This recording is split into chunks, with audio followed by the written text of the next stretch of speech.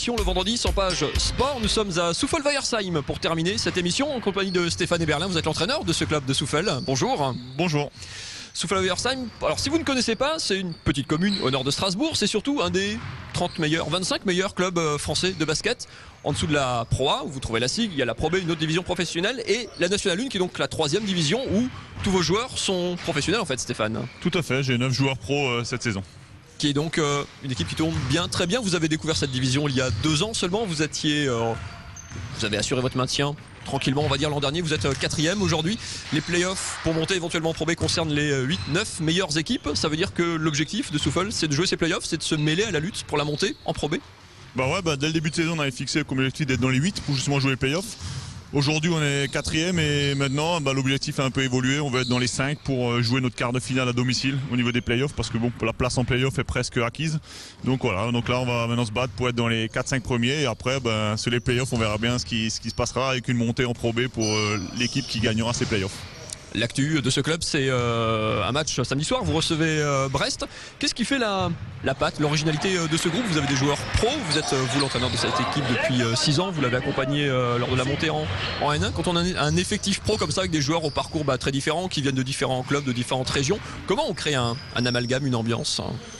Je crois que la première chose, c'est qu'on travaille sur la stabilité. C'est-à-dire que j'ai un groupe où chaque année, on emmène juste une petite touche, 2-3 nouveaux joueurs, mais on a un socle qui ne bouge pas depuis 4-5 ans. Donc on a un état d'esprit qui est vraiment génial au niveau du groupe. Les joueurs s'entendent super bien. Et c'est vrai que quand on fait notre recrutement pendant l'intersaison, on met vraiment l'accent sur ce côté humain pour que on garde cet état d'esprit et ça c'est vachement important. Après la deuxième chose, je crois qu'on a un club familial, on a un petit club avec des moyens pas extraordinaires. Donc les dirigeants sont très proches des joueurs, les joueurs très proches des dirigeants, il y a une très bonne communion entre le public et les joueurs.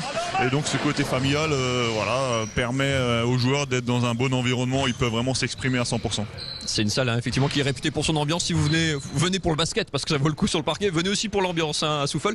Il y a un entraîneur de Pro A que vous avez joué en coupe qui disait c'est une salle où ça sent la frite parce qu'il y a le club où on fait à manger en même temps.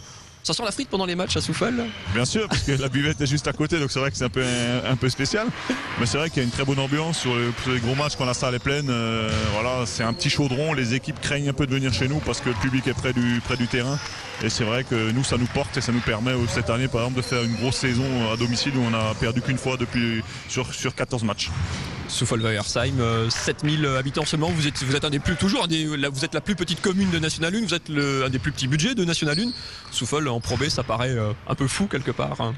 Ouais, ça paraît un peu fou, c'est sûr qu'il n'y en a pas beaucoup qui pensent qu'on est capable de le faire. Maintenant, si sportivement on devait chercher cette montée dans les 2-3 prochaines années, voire cette année déjà, nous sportivement on veut y aller. Après tout dépendra si niveau budget tout ça peut suivre. Mais je crois que les dirigeants sont prêts à faire beaucoup de sacrifices pour permettre au groupe de vivre cette aventure. Donc c'est sûr que ça fera un peu désordre au niveau des grosses villes qui sont déjà dans le championnat en Pro B. Maintenant en N1 aussi, on a une des plus petites communes. Par exemple, samedi, on reçoit Brest, qui est une grosse ville de France. Donc, ça va pas beaucoup changer pour nous. Merci beaucoup, Stéphane. On rappelle l'affiche Souffel, Brest, ce samedi soir, 20h, au gymnase des 7 Arpents. Donc ici, à Souffel. Bon vent et bonne chance pour ces 8 derniers matchs de championnat.